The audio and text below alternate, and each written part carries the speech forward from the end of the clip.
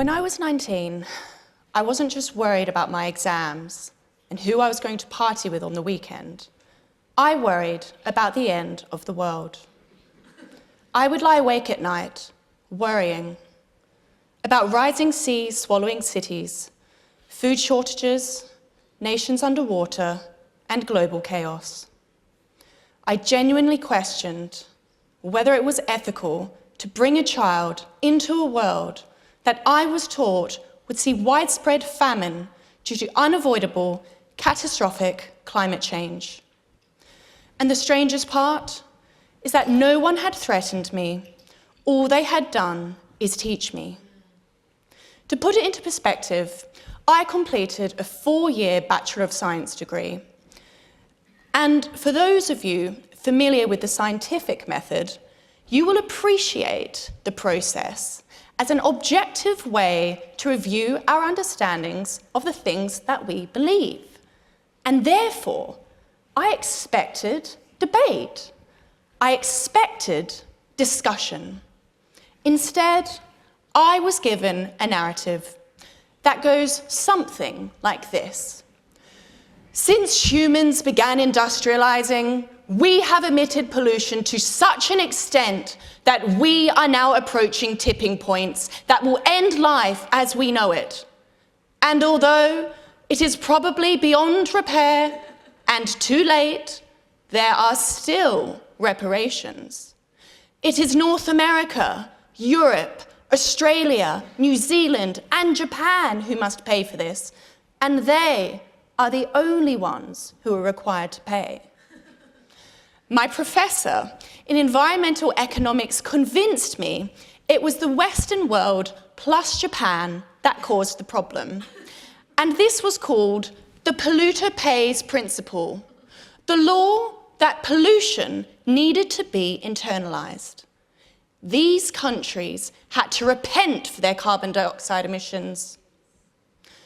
Well, I'm sure most of you know that carbon dioxide is not actually a pollutant. I believe it's really called the gas of life, and without it, we would all be dead.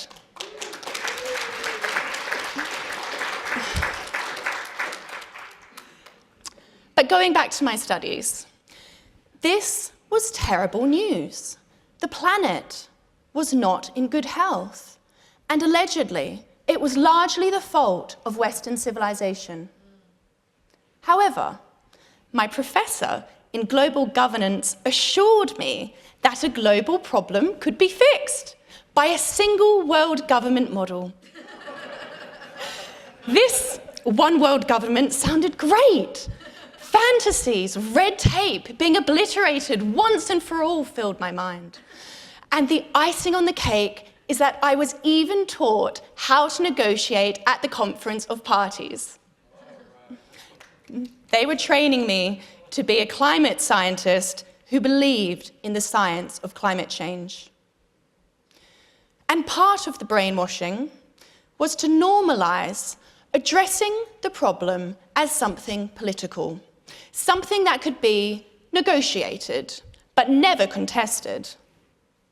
So all I found was consensus, agreed upon statements like, the Earth has warmed at an unprecedented rate since 1850, the oceans are heating, and sea levels are rising. Any data that went against this narrative was simply noise, anomalies that could be smoothed out during the data analyses. And now, I realize there's a reason they never showed the raw data. It is far too telling. And it was only safe to interpret once it had come out the other end of a computer model or complex analyses.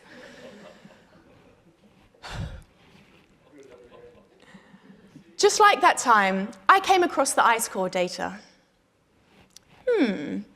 It seemed like the climate had changed drastically before. It even looked like it had been much warmer. The response from my professor? I was re-educated and assured that Milankovitch cycles were not factors for current climate change, and that what we were seeing now was completely unprecedented. I was taught fear where there should have been curiosity, and most importantly, I was taught a conclusion before I ever saw the evidence. Even when I accidentally stumbled upon the evidence, I was assured it was completely irrelevant to our current predicament. It was a narrative that everyone followed and no one questioned. No debate allowed. This was simply not science. Let me give you some more examples.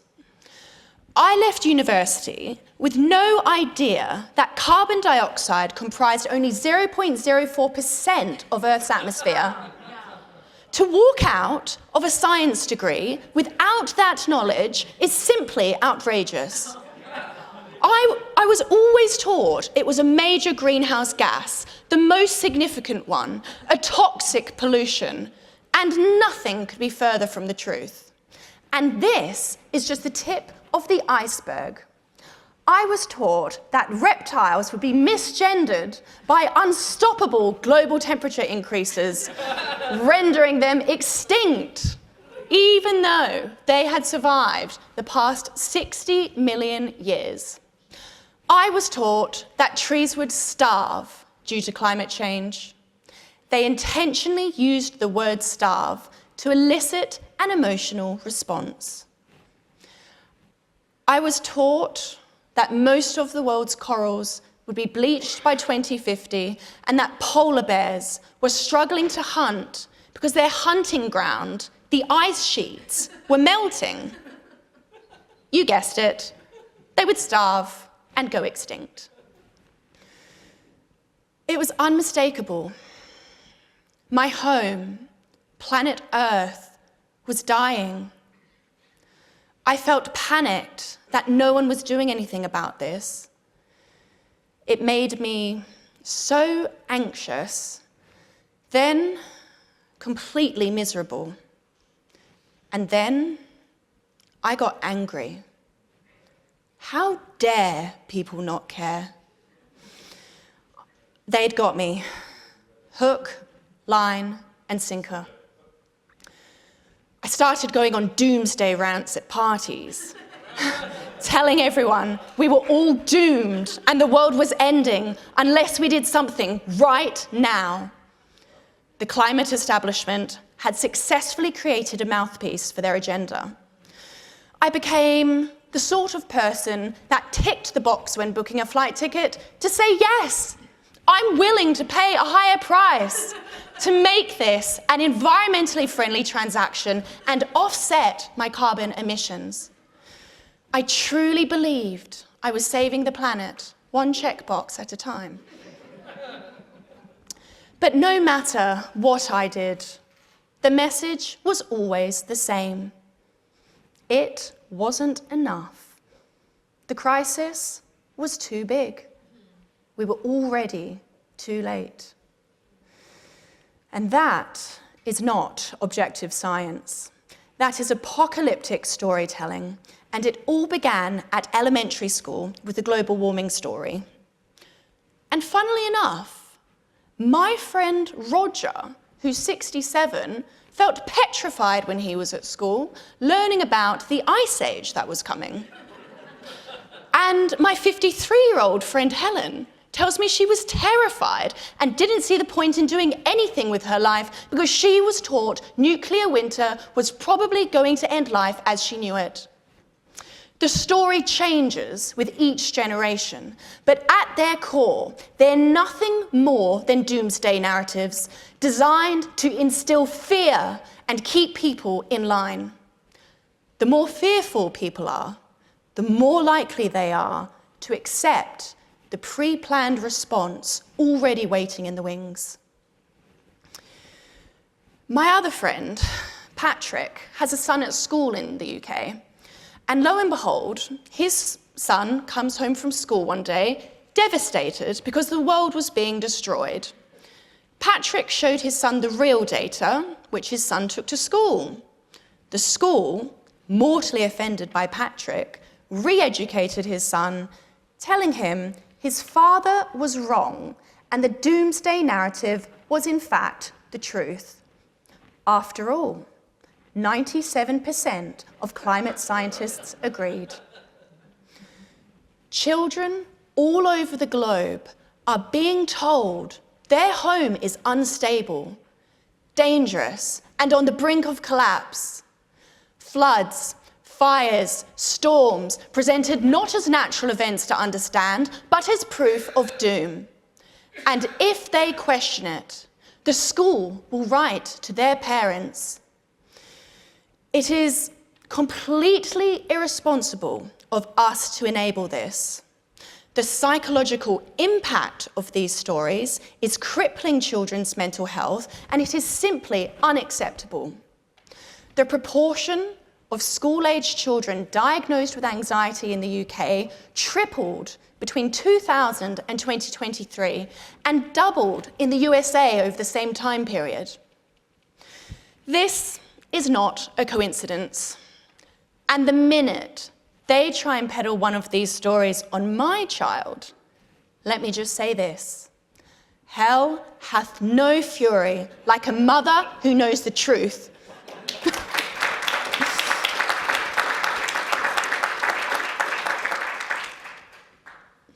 Because at the end of the day, these are not just innocent stories.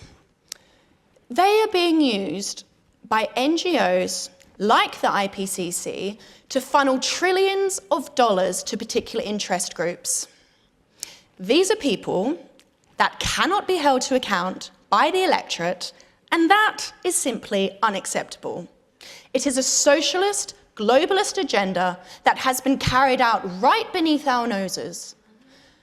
And it's the spitting image of the one world government framework that was prescribed in my training. And the real tragedy is they were never training scientists. They were training socialists to enact their agenda. The danger that comes with this indoctrination isn't just children being alarmed. It's that they're being trained to permanently stay that way, permanently alarmed. The kind of alarmed where you're side-eyeing a plastic straw like it's a loaded weapon. I believe the scientific term for that is alarmed and dangerous.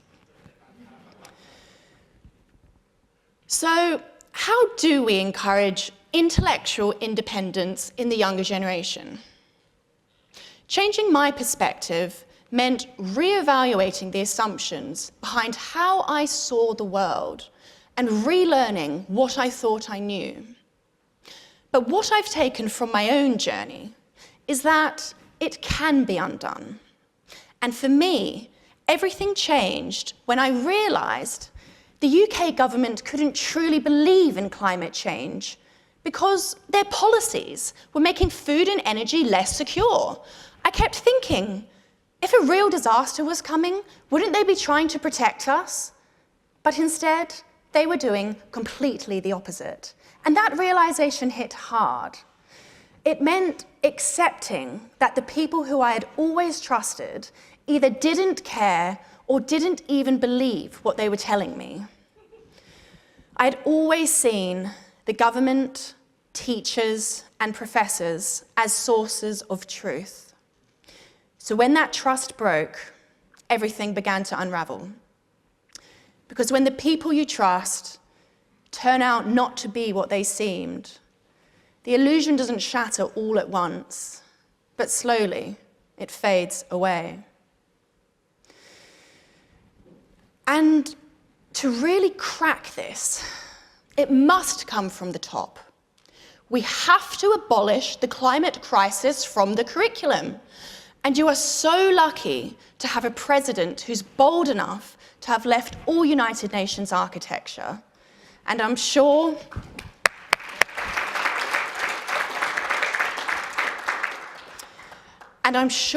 if he hasn't already addressed the indoctrination in education, then it will be on his agenda. And in the meanwhile, we've got to get clever about this. Because if I was in university and someone came up to me and told me that everything I was taught is wrong, firstly, I would have been extremely offended because I was learning the cutting-edge science, thank you very much. And secondly, I would have just justified their concerns by assuming they simply didn't care about the Earth. However, I believe young people today are just waiting for permission to be rebellious and question authority. So what can we do to spark that first crack in the indoctrination?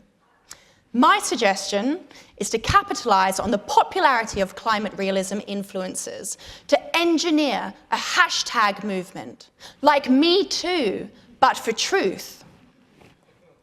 Something like hashtag fact check or hashtag #MyClimateWakeUp.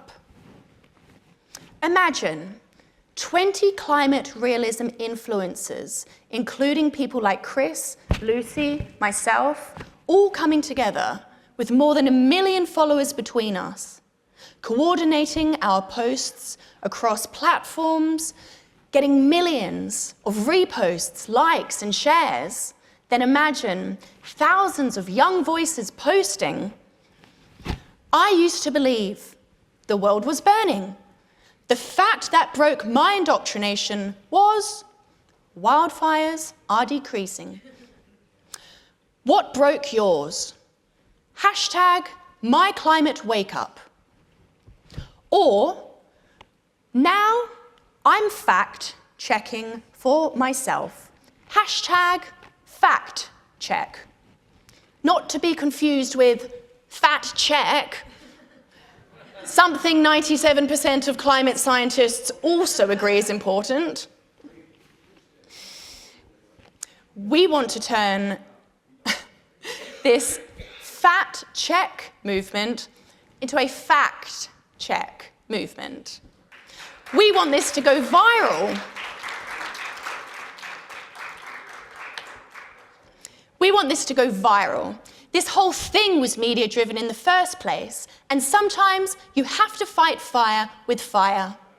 We've seen social media shift generations before. Social media is the new media. So let's use it for prosperity, realism, and hope. The very future of scientific integrity depends on this. So let's do it.